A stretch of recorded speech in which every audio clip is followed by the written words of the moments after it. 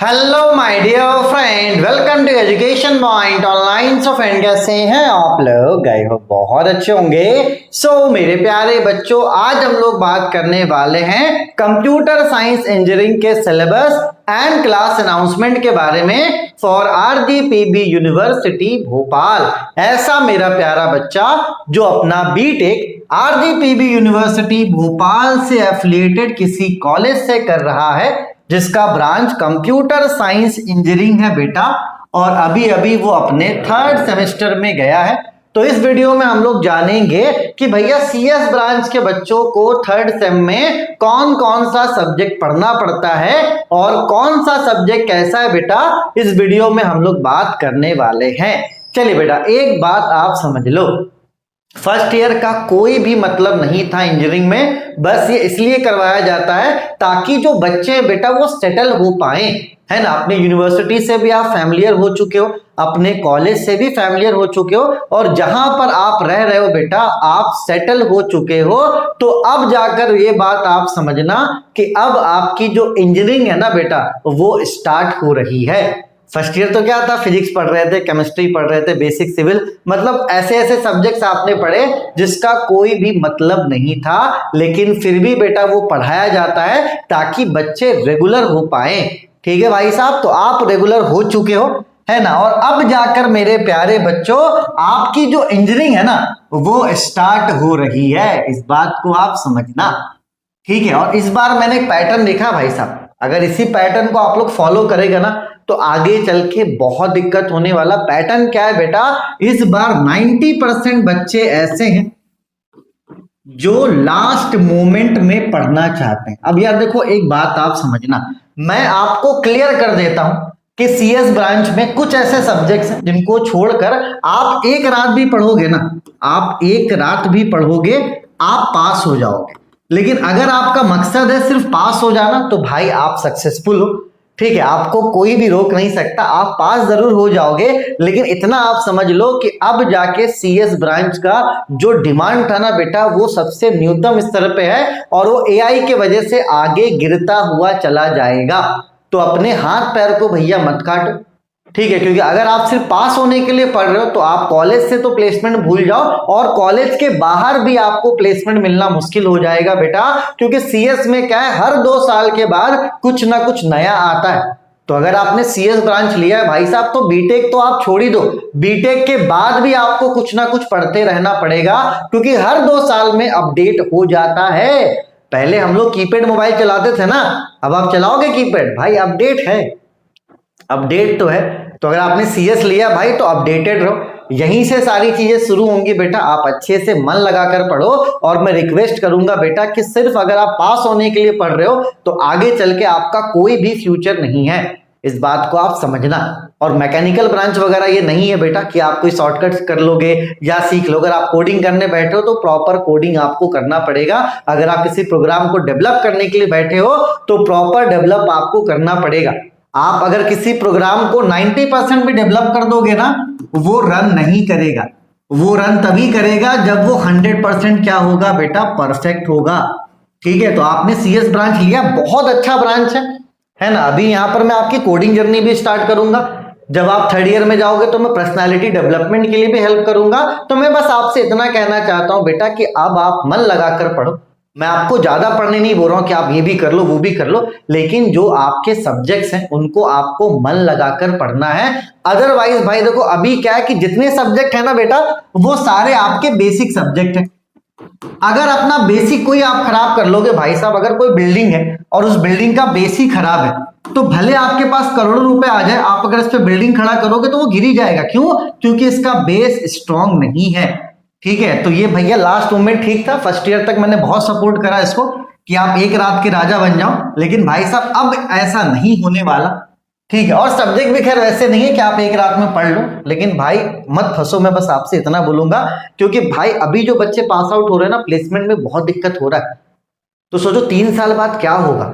तो मैं आपको बस डरा नहीं रहा हूं, मैं बस बोल रहा हूं कि आप मेहनत करो ना यार, एडेप्टेशन तो आपको करना पड़ेगा। मैंने मैकेनिकल ब्रांच से इंजीनियरिंग करा, सिविल का क्रेज है मैंने सिविल पढ़ाना स्टार्ट कर दिया, सीएस का क्रेज है मैं सीएस पढ़ाना स्टार्ट कर दिया, एआईएमएल का क्रेज है मैं एआईएमएल भी पढ़ा रहा हूं। तो भाई मैंने भी अडॉप्ट करा, तभी मैं सर्वाइव कर रहा हूं। तो भाई सरवाइव करने के लिए अडेप्टेशन बहुत जरूरी है। अगर मैं एक ही चीज को पकड़ के बैठ जाता कि अरे यार हमारा तो मैकेनिकल ब्रांच है, अरे यार भाई साहब, तो वैसे नहीं होगा।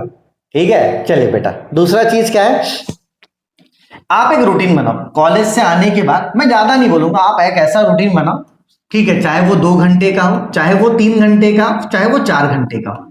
कॉलेज के बाद आप एक ऐसा रूटीन बनाओ अपने पढ़ने का, और उस रूटीन को फॉलो करना बेटा। आप देखना कि मैं बहुत सारे कोर्सेज को पढ़ा लेता हूं, तो आपको ऐसा लगता होगा कि मैं बहुत ज्यादा काम करता हूं। नहीं भाई, मैं रूटीन से काम करता हूं। मेरा एक रूटीन है कि सुबह 10 से 3 तक मुझे ऑफिस में रहना है, मतलब रहना है। साल में 1 ही 2 बार ऐसा होता होगा मैं उस रूटीन को छोड़ता हूँ, लेकिन मेरा यही रूटीन है कि भाई साहब 10 से 3 मुझे ऑफिस में रहना है। अगर मैं ऑफिस में रहूंगा तो काम हो जाते हैं। तो उसी तरीके से मैं आपको बोलूंगा कि आप एक रूटीन बनाइए इवनिंग का, कॉलेज को छोड़कर, है ना, चाहे वो रूटीन 2 घंटे का हो, 3 घंटे का हो या 4 घंटे का हो, कोशिश करना मंडे से लेकर फ्राइडे तक उस रूटीन को फॉलो करने का। अभी आप सैटरडे संडे ऑफ कर सकते हो, ठीक है, जब एग्जाम का टाइम आएगा तो सैटरडे संडे को आप ऐड कर लेना। फिलहाल अभी 1-2 महीने, है ना, जब तक आपका दिवाली नहीं हो जाता, आप मंडे से फ्राइडे का रूटीन को फॉलो करते हो। 3 घंटा भी अच्छे से पढ़ोगे ना बेटा, तो ये आपका मोर देन इनफ है ना। आप क्या करो, सप्ताह में 3 दिन अपने सब्जेक्ट्स को पढ़ना, जो आपके सब्जेक्ट हैं, ठीक है, और 2 दिन क्या करना बेटा, 2 दिन आप कोडिंग वगैरह प्रैक्टिस करना। अभी आप रहने दो, एग्जाम तक यही रूटीन रहने दो, है ना। जब एग्जाम नजदीक आ जाएगा तो कोडिंग को हटाकर इसमें भी सब्जेक्ट कर देना, तो चीजें हो जाएंगी बेटा मैनेज। बस आपको क्या है कि रूटीन बनाना और उसको फॉलो करना भाई। ऐसा नहीं कि आपने रूटीन बनाया, शाम में फिर आप घूमने चले गए या मूवी देखने चले गए। नहीं भाई, सैटरडे संडे आपको दिया जा रहा है, आप सैटरडे संडे को जो करना चाहो करो। कॉपी की तरफ, किताब की तरफ मुंह उठाकर मत देखना, लेकिन भाई एक रूटीन बना, उसको फॉलो करो, क्योंकि रूटीन से चीजें करोगे ना बेटा तो कम समय में ज्यादा चीजें आप अचीव कर लोगे, है ना। रूटीन नहीं रहेगा भाई तो दिक्कत होता है यार, क्योंकि रूटीन नहीं होता तो बच्चे क्या करते हैं, एक दिन पढ़े तो 10 घंटा पढ़ लिए, दूसरा दिन पढ़े ही नहीं ठीक है, चलिए। Clear all basic subject. अभी आपके 4 बेसिक सब्जेक्ट्स होंगे बेटा, उनको आपको क्लियर करना अच्छे से, ठीक है। चीजों को पॉइंट बाय पॉइंट अच्छे से पढ़ना जो सिलेबस के अकॉर्डिंग है, ठीक है। उसके बाद कोडिंग जर्नी भी आप स्टार्ट कर दो, कोडिंग भी मैं करवाऊंगा, परेशान आपको बिल्कुल भी नहीं होना है, ठीक है बेटा। देखो यार, ये वाले भाई बच के रहना, क्योंकि अब यार पास फेल की तो बात ही नहीं है। मैंने क्लियर कर दिया कि आप पास हो जाओगे। अब तो पास फेल की बात ही नहीं भाई, अब आपके कैरियर की बात में करना हो। ये छोटी मोटी बात आप भूल जाओ। ये फर्स्ट ईयर में अच्छा लगता था कि अरे हमने आपको पास करा दिया, हम महान बन गए हैं, ठीक है। फिलहाल मुझे महान नहीं बनना, बस आप इतना समझ लो बेटा कि अगर आपने सेकंड ईयर में लापरवाही की, है ना, अगर कोई इंसान पीछे हो जाता तो सेकंड ईयर में बहुत ज्यादा पीछे हो जाओगे अगर आप पढ़ाई नहीं करते हो तो, है ना। थर्ड ईयर में तो फिर भी एक आध 2 महीना आप नहीं पढ़ोगे तो चल जाएगा, लेकिन सेकंड ईयर में एक्सेप्टेबल नहीं है भाई, क्योंकि जितने सब्जेक्ट है ना वो प्यारे प्यारे सब्जेक्ट है, ठीक है। और इस बार आपको जो मिड सेम 1 और 2 होता है बेटा, उसमें अच्छे से फोकस करना है, ठीक है। कम से कम आपको 80% मार्क्स यहाँ पर लाना है, क्योंकि अगर आप मिड सेम में अच्छा करोगे ना तो फाइनल एग्जाम में कोई स्ट्रेस नहीं होगा। क्योंकि कभी कभी क्या होता है बेटा कि फाइनल एग्जाम में क्वेश्चन घुमाकर पूछ देता है, और अब आरजीपी भी हो गया सियाना, ठीक है, वो क्वेश्चन कहीं का कहीं भी पूछ दे रहा भाई साहब, इस बात को आप समझना, ठीक है। तो अब पीवाईक्यू करके इंपॉर्टेंट करके आपका काम नहीं चलने वाला, इस बात को आप समझ लो, है ना। हाँ, 1-2 पेपर इजी आ जाएगा, लेकिन 1-2 पेपर टफ आ जाएगा, तो फिर आप क्या करोगे, ठीक है। तो इस बार एकदम सस्पेंस में जियो ही मत कि अरे यार हम तो सर ऐसे पढ़े तो ऐसा आ गया। भाई अपने सिलेबस के अकॉर्डिंग पढ़ो, ठीक है, आराम से आपका काम बन जाएगा। क्वेश्चन टफ आएगा तो यार थोड़ा कम करके आप पाओगे, क्वेश्चन इजी आ गया तो पूरा करके आप पाओगे, करोगे तो जरूर, ठीक है। तो इस बार आपको मिड सेम में अच्छे मार्क्स लाना है बेटा, ताकि फाइनल एग्जाम में आपको ज्यादा टेंशन ना हो। अगर मिड सेम में आपके अच्छे मार्क्स है ना, तो बहुत ऐसे बच्चे जो 19 मार्क्स में ही पास हो जाते हैं। अगर मिड सेम में अच्छा नंबर है तो, है ना, 22 में भी पास हो जाओगे आप, 19 में भी पास हो जाओगे अगर मिड सेम में अच्छे मार्क्स है तो। इस बात को ध्यान रखना, ठीक है। चलिए बेटा, अब आते हैं आपके सब्जेक्ट्स में। चलो, पहला सब्जेक्ट है एनर्जी एंड एनवायरमेंटल इंजीनियरिंग। इसको आप काट दो, ये कोई सब्जेक्ट नहीं है, भूल जाओ इसको, फिलहाल मैंने कटवा दिया, हटाओ, खत्म। 4 ही सब्जेक्ट है, इसको एग्जाम के 7 दिन पहले पढ़ना, मैं पढ़वा दूंगा। 7 दिन भी ज्यादा बोलती है, अगर 3 दिन पहले भी पढ़ोगे तो पास हो जाओगे, और अच्छे से बच्चे 1 रात पहले ही पढ़ोगे तो पास हो जाओगे। इस सब्जेक्ट को आप हटा दो, ठीक है बेटा। चलिए, तो सीएस का जो सबसे पहला सब्जेक्ट आप पढ़ोगे बेटा, वो है आपका डिस्क्रीट स्ट्रक्चर। इसी को मेरे प्यारे बच्चों डिस्क्रीट मैथमेटिक्स भी बोला जाता है। डिस्क्रीट मैथमेटिक्स भी बोला जाता है। देखो बेटा एक बात समझना, ये ऐसा सब्जेक्ट है जिसमें मानकर चलो आप सीएसई के लिए जो बेसिक मैथ्स की रिक्वायरमेंट होती है ना बेटा, जो बेसिक मैथ्स की रिक्वायरमेंट होती है वो आप इस सब्जेक्ट में पढ़ने वाले हो। ठीक है, और इस सब्जेक्ट की इस खास बात है बेटा कि कंसेप्ट यहां पर बहुत ज्यादा है। आप अगर स्टार्टिंग से पढ़ोगे ना, आप अगर इसको मानकर चलो 3 महीना आप देते हो, अगर आप 3 महीना इसे देते हो, ठीक है, तो ये आपको 100% समझ में आएगा। लेकिन अगर आप ये सोचोगे बेटा कि नहीं यार इसको मैं लास्ट के 1 मंथ में पढ़ लूं, तो आप पढ़ जरूर लोगे, लेकिन आप इतना समझना कि 40% से ज्यादा ये समझ में आने वाला नहीं है, क्योंकि बहुत सारे कंसेप्ट एक साथ लगते हैं। ठीक है, और जब एक साथ बहुत सारी चीजें होती है ना बेटा, दिमाग आपका खराब हो जाएगा, इस बात को समझना। अगर अभी आप एक वीडियो देख रहे हो, अगर 4 वीडियो आप एक साथ चला लोगे तो आप किसी भी वीडियो में कंसंट्रेट नहीं कर पाओगे। तो भाई अच्छा सब्जेक्ट है, अच्छे से मन लगाकर पढ़ना है। ठीक है, डिस्क्रीट का ईच एंड एवरी टॉपिक मैंने कंप्लीट कर दिया है। ठीक है, कोई भी टॉपिक मैंने नहीं छोड़ा बेटा, जो भी पीवाईक्यू वगैरह थे सब कुछ अपडेटेड है ना। लेकिन अगले बार क्या हुआ, बच्चों का क्वेश्चन पेपर थोड़ा सा खराब चला गया था, क्वेश्चन थोड़ा सा घुमा फिरा कर पूछा, क्वेश्चन वही था। ठीक है, बच्चों को पता है, लेकिन उन्होंने क्या किया, लास्ट मोमेंट में पढ़ा था तो वो समझ ही नहीं पाए। तो भाई क्वेश्चन घुमा भी देगा ना तो भी एटलीस्ट आपको इतना तो पढ़ना पड़ेगा कि चीजें समझ में आए। ठीक है, तो वो कब होगा बेटा, वो तब होगा जब आप शुरू से पढ़ना स्टार्ट करोगे। अच्छा सब्जेक्ट है, इसको क्यों झूठ मूठ का, अगर आपने बिरयानी को ऑर्डर किया तो भाई अच्छे से खाओ ना, हड़बड़ा कर क्यों खाना है। ठीक है, तो ये आपका बेसिक सब्जेक्ट है। अगर आप डिस्क्रीट मैथमेटिक्स अच्छे से कर लोगे बेटा, तो कहीं ना कहीं ये आपको डेटा स्ट्रक्चर में भी हेल्प करेगा, और डेटा स्ट्रक्चर में जो भी आपके एल्गोरिदम्स हैं वो यहां पर होते हैं बेटा, और ये भी आपका बेसिक सब्जेक्ट है ना। यहाँ पर बेसिक मैथ्स पढ़ोगे और यहाँ पर एल्गोरिदम कैसे डेवलप होता है मेरे प्यारे बच्चों, एल्गोरिदम कैसे बनाया जाता है, कैसे प्रोग्राम्स को बनाया जाता है, उसको रन करवाया जाता है, ये आप पढ़ोगे डेटा स्ट्रक्चर में। ये आप कहां पढ़ोगे बेटा, ये आप पढ़ोगे डेटा स्ट्रक्चर में। ठीक है, चलिए अब आते हैं आपके तीसरे सब्जेक्ट में, डिजिटल सिस्टम। ठीक है, ये क्या है बेटा, ये है एक्सटेंडेड वर्जन ऑफ, ये है आपका एक्सटेंडेड वर्जन ऑफ इलेक्ट्रॉनिक्स, जो आपने BEEE में पढ़ा था ना भाई साहब, है ना, 5th यूनिट। हाँ, RS flip flop, JK flip flop, तो ये उसी का क्या है बेटा, एक्सटेंशन है। देखो भले आप इन दोनों सब्जेक्ट को थोड़ा बहुत आगे पीछे कर सकते हो, लेकिन भाई इसमें आप रिस्क मत लेना, क्योंकि ये फाड़ू सब्जेक्ट है ना। अभी आपके पास टाइम है ना। डिस्क्रीट के बाद अगर कोई ढंग का सब्जेक्ट है बेटा तो वो आपका डिजिटल है, और यहाँ पर आपको बेसिक इलेक्ट्रॉनिक्स वगैरह पढ़ना है बेटा, क्योंकि आपने CS ब्रांच लिया है। अब आप मान के चलो आगे चल के आपको माइक्रो प्रोसेसर बनाना है। कैसे बनाओगे माइक्रो प्रोसेसर, है ना। जैसे मान लो कि आप एक इंजीनियर बन गए, अब आप किसी कंपनी में चले गए, आपको माइक्रो प्रोसेसर बनाना है। अब आपको डिजिटल सिस्टम का कुछ आता ही नहीं, और सोचो एक माइक्रो प्रोसेसर में, है ना, 64 पॉट्स होते हैं, 1 2 3 ऐसे करके, एक इनपुट होता है, कोई आउटपुट होता है। ठीक है, तो ऐसे करके 64 पॉट्स होते हैं बेटा, और 64 पॉट्स का अलग अलग काम होता है। अब आप सोचो, अब आपको पढ़ने की आदत ही नहीं है, अब आप इकट्ठा 64 पॉट्स जो है वो उसको आप कैसे करोगे, आप खुद भी सोचो।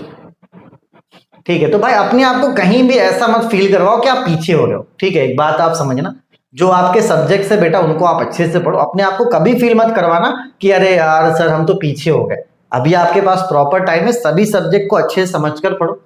ठीक है, और इस बार भैया पूरे सिलेबस को कंप्लीट करना, ऐसा नहीं कि सिर्फ एग्जाम में पास होने के लिए पढ़ रहे हैं, क्योंकि अब कहीं ना कहीं मैंने भी अपना माइंडसेट चेंज कर दिया ना बेटा।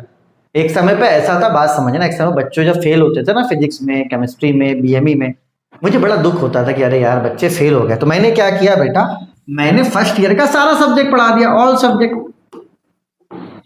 अब बच्चे अगर जबरदस्ती फेल होना चाहते तो हो जाए। जैसे अगर इसकी बात की जाए बेटा, यहाँ पे ने सारे सब्जेक्ट्स को कवर अप करवाया। ठीक है, ये उसके बाद आपका object oriented programming and methodology है। इसमें बेसिकली आप टूल्स वगैरह पढ़ोगे जो आपको प्रोग्रामिंग वगैरह में हेल्प करेगा, है ना। तो कितने सारे टूल्स होते हैं, कहाँ पे किसका यूज होता है, ये आप पढ़ने वाले। ठीक है, तो इस बार बेटा मैंने चारों सब्जेक्ट्स को कवर अप करवा दिया है। उसके बाद भी अगर कोई बच्चा नहीं पढ़ना चाहता है बेटा, तो ये बच्चे की गलती है, क्योंकि एक समय मुझे ऐसा लगता था कि अरे यार हमने नहीं करवा पाए। जैसे बच्चे बोलते थे ना कि सर डिजिटल में बैक लग गया, मुझे बड़ा दुख होता था। मैंने पूरा डिजिटल ही पढ़ा दिया लो, और ऐसा डिजिटल पढ़ाया ना भाई एकदम 0 लेवल से कि मजा आ जाएगा। ठीक है, लेकिन अगर आप जबरदस्ती बैक लगाओगे बेटा तो फिर ये दिक्कत वाली बात है। तो कहीं ना कहीं अपने माइंडसेट को चेंज करो, आप कोशिश करो अपने पूरे सिलेबस को पढ़ने का बेटा, क्योंकि अगर अभी से आप मेहनत करना सीख लोगे तो आगे चल के आपको दिक्कत नहीं होगा, क्योंकि कहीं ना कहीं कंपटीशन बहुत ज्यादा टफ हो चुका है, इस बात को आप एक्सेप्ट करो। तो कंपटीशन में बने रहना भाई साहब, पीछे नहीं हो जाना। क्यों पीछे रहेगा कि भैया हमने पढ़े नहीं, हम तो सो रहे थे रूम पे। भाई ये वाला जो सो रहा है उसको सोने दो, आप तो अपना देखो दुनिया क्या कर रही है। आज संडे का दिन है, सारे लोग सो रहे, मैं काम करूं, मुझे कोई मतलब नहीं है कि दुनिया क्या कर रही है, मुझे अपना काम करना है, मैं करूंगा। मुझे ऐसा लगा कि थर्ड सेम का वीडियो बनाना है, पहले बनाना, मैं बना रहा हूं, मैं संडे को बना रहा हूं। मुझे दुनिया से क्या मतलब है भाई। आप अगर कामयाब बन जाओगे तो अपने लिए, ठीक है, दुनिया का तो काम है कि वो आपको पीछे खींचे। ठीक है, चलिए भाई साहब, तो आप एक काम करो, चीजें मैं थोड़ा आपको और क्लियर कर देता हूं, है ना। ये आपको 4 सब्जेक्ट्स पढ़ने हैं बेटा, बोलोगे यस सर। चलो, डिस्क्रीट का आपको मैं डेमो लेक्चर्स प्रोवाइड करवाता हूं, उसमें आप जाकर देखो डिस्क्रीट में कौन कौन सा टॉपिक पढ़ना है। ठीक है, लिंक मैं आपको डिस्क्रिप्शन पे देता हूं। ठीक है, अगर आपको डेमो लेक्चर अच्छा लगता है तो डिस्क्रीट का पूरा कोर्स आपको मेरे एप्लीकेशन पे मिल जाएगा। ठीक है, डेटा स्ट्रक्चर के लिए भी मैं डेमो लेक्चर्स प्रोवाइड करवा रहा हूं, लिंक डिस्क्रिप्शन पे है। ठीक है, आपको अच्छा लगता है तो आप एप्लीकेशन से इसको परचेस कर सकते हो। ठीक है, उसके बाद डिजिटल सिस्टम का कोई भी डेमो लेक्चर्स नहीं है, नो डेमो लेक्चर्स, क्योंकि यार डिजिटल ऐसा सब्जेक्ट है कि 4-5 में आपको कुछ समझ में ही नहीं आएगा कि आपको करना क्या है। ठीक है, तो डिजिटल सिस्टम आप पूरा ऐप से पढ़ोगे। ठीक है, अब देखो जो आपका डिस्क्रीट स्ट्रक्चर है वो मैंने पढ़ाया है। ठीक है, बिल्कुल भी परेशान नहीं होना, डिजिटल सिस्टम मैंने खुद पढ़ा रखा है। ठीक है, और मैं आपको आश्वस्त करता हूं कि आपको एक एक टॉपिक समझ में आएगा, बिल्कुल परेशान होने की जरूरत आपको नहीं है। उसके अलावा डेटा स्ट्रक्चर जो है वो आपको सचिन सर ने पढ़ाया है। ठीक है, और ये जो object oriented programming and methodology है ये आपका यूट्यूब पे फ्री है, ये आपका यूट्यूब पर फ्री है। ठीक है, और ये आदित्य सर ने पढ़ाया है। ठीक है, बहुत ऐसे बच्चे बोलते हैं कि सर आप फीस ले रहे हो, आप तो पढ़ाते हो, पैसा कमाते हो। भाई देखो 100 बात की एक बात, ठीक है, कॉलेज वाले आपसे 1 साल का कितना भी खराब तो 60,000 रुपए लेते, पढ़ाते कितना वो आपको ही पता। ठीक है, मैं मुश्किल से, अगर आप मुझे सारे सब्जेक्ट्स को परचेस करोगे तो मुश्किल से साल में मैक्स टू मैक्स आप देखोगे तो मैं आपसे 3500 रुपए लेता हूं, सारे सब्जेक्ट्स को कवर अप करवाता हूं, जवाबदेही भी लेता हूं बेटा। ठीक है, तो ये माइंडसेट से आपको नहीं चलना कि अरे यार आप तो सर कमा रहे हो। बहुत ऐसे बच्चे, यार आजकल के बच्चों का माइंडसेट ही बहुत नैरो हो गया कि अरे यार सर आप तो कमाने के पर्पज से। भाई ऐसा कुछ भी नहीं, कोई भी काम करेगा। अभी से मैं यहाँ पे खड़ा हूँ, पंखा चल रहा है, मैं आपके लिए वीडियो बना रहा हूँ, इलेक्ट्रिसिटी है, तो सारी चीजें बेटा इकोसिस्टम कैसे काम करता है। अगर मैं खाऊंगा नहीं, मैं पढ़ाऊंगा कैसे। ठीक है, तो ऐसे नैरो माइंडसेट से नहीं जाना। बस मुझे एक बात पे बहुत गर्व है कि जब मैंने 5 साल पहले अपनी चीजों को स्टार्ट करा था तो भी फीस 799 था, आज 5 साल के बाद भी फीस 799, और मुझे कोई फर्क नहीं पड़ता कि क्या बच्चे सोचते हैं या कोई नेगेटिव चीजें, मुझे नेगेटिव चीजों से कोई घंटा फर्क नहीं पड़ता। मैं बस इसलिए खुश हूं कि अगले बार बच्चों को डिजिटल की जरूरत थी, मैंने डिजिटल सिस्टम करवाया, लग के मेहनत करा। इस बार 5th सेमेस्टर वालों को मैंने टीओसी पढ़ाया, थ्योरी ऑफ कंप्यूटेशन, उन्होंने क्या पढ़ाया यार, मुझे बड़ा प्राउड फील हो रहा है कि मैंने बच्चों की मदद की। ठीक है, तो आप नेगेटिव मत जाओ, पॉजिटिव चीजों को लो कि हाँ यार आप अगर फीस पे कर रहे हो, आपको सारा कंटेंट एक जगह पे मिल जा रहा है। देखो सब कुछ यूट्यूब पे, लेकिन होता क्या, एक आध टॉपिक मिस हो गया ना बेटा तो फिर आगे की चीजें आप छोड़ देते हो। ठीक है, लेकिन मैं क्या बेटा एकदम रिदम बनाकर आपको पढ़ाऊंगा, सारी चीजें आपको समझ में आएंगी, तो समझ में आता है तो पढ़ने में भी मजा आता है। ठीक है बेटा, तो नेगेटिव थॉट्स की तरफ नहीं जाना। बहुत ऐसे बच्चे जो ये ट्राई करेंगे सर अपन को फ्री में कहीं से कोर्स मिल जाए, भाई जुगाड़ी करते रह जाओगे, जुगाड़ में समय चला जाएगा और समय अपने पास नहीं है। आप खुद सोचो कि सारा कंटेंट अगर आपको एक जगह पर मिल रहा है, आपका समय कितना बचेगा खोजने का। आपको कुछ खोजना ही नहीं, बस आप बैठ के पढ़ाई स्टार्ट हो गई। वरना आप बैठे फिर यूट्यूब में सर्च किए, एक फैकल्टी का देखे, दूसरा, भाई आपके समय की भी तो कीमत है ना, इस बात को भी तो आप समझो।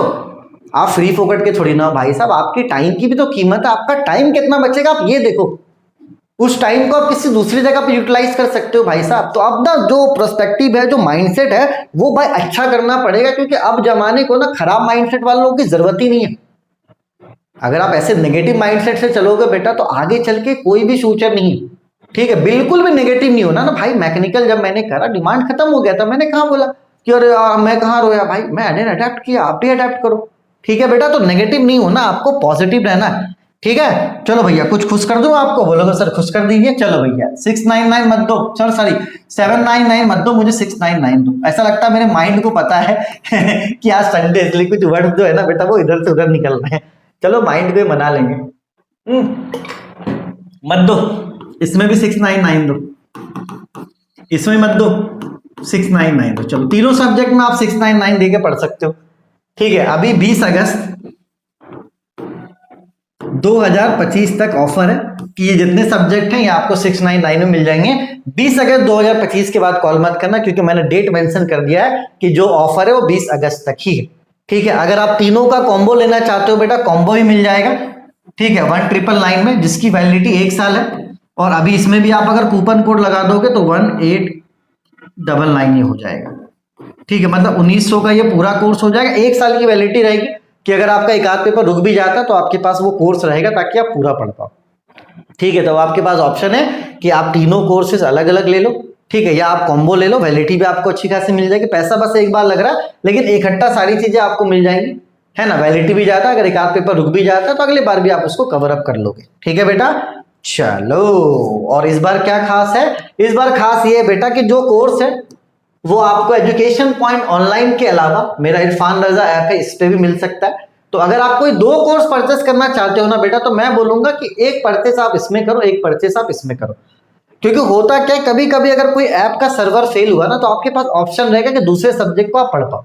अब होगा क्या बेटा, से मान लो कि आपने दो कोर्सेज यहाँ ले लिए, हो सकता है कभी सर्वर क्या हो जाए, आपका फेल हो जाए, तो आप दोनों सब्जेक्ट को एक्सेस नहीं कर पाओगे। तो अगर आपका माइंडसेट ऐसा है कि भैया आपको 2 कोर्स लेना, तो एक कोर्स इसमें, एक कोर्स इसमें आप ले सकते हो। ठीक है बेटा, चलिए। तो देखो बेटा, एक बात आप समझना, कंप्यूटर साइंस इंजीनियरिंग के 3rd सेम का मैंने पूरा सब्जेक्ट करवा दिया है। अब ये आपकी जिम्मेदारी है कि आप अच्छे से पढ़ो और आगे बढ़ो। उसके बाद भी अगर आप लापरवाही करते हो बेटा, तो उसके जिम्मेदार आप खुद होगे। 4th भी मैंने करवा दिया है, 5th में जो टफ सब्जेक्ट था वो भी मैंने करवा दिया है बेटा। ठीक है, तो देखो आप किसी को ब्लेम नहीं कर सकते, आपके पास सब मटेरियल है, सारा कुछ है, बस अब आपको क्या करना है बच्चों, मेहनत करना है। ठीक है, चले। कोडिंग चैनल पे आप जा सकते हो, लिंक मैं आपको डिस्क्रिप्शन पे दे देता हूं। ठीक है, हमारा जो एजुकेशन पॉइंट कोडिंग चैनल है, इसमें C++ सचिन सर ने पूरा करवा रखा है, पूरा प्लेलिस्ट तैयार है, फ्री है। आप जाके C++ सीख सकते हो, या आप चाहो तो पाइथन का जो कोर्स है बेटा वो भी फ्री है, एकदम बेसिक लेवल से आदित्य सर ने कराया। तो आप पाइथन को भी जाकर वहां पर सीख सकते हो, हमारे एजुकेशन पॉइंट कोडिंग चैनल, जिसका लिंक मैं आपको डिस्क्रिप्शन पे दे दूंगा।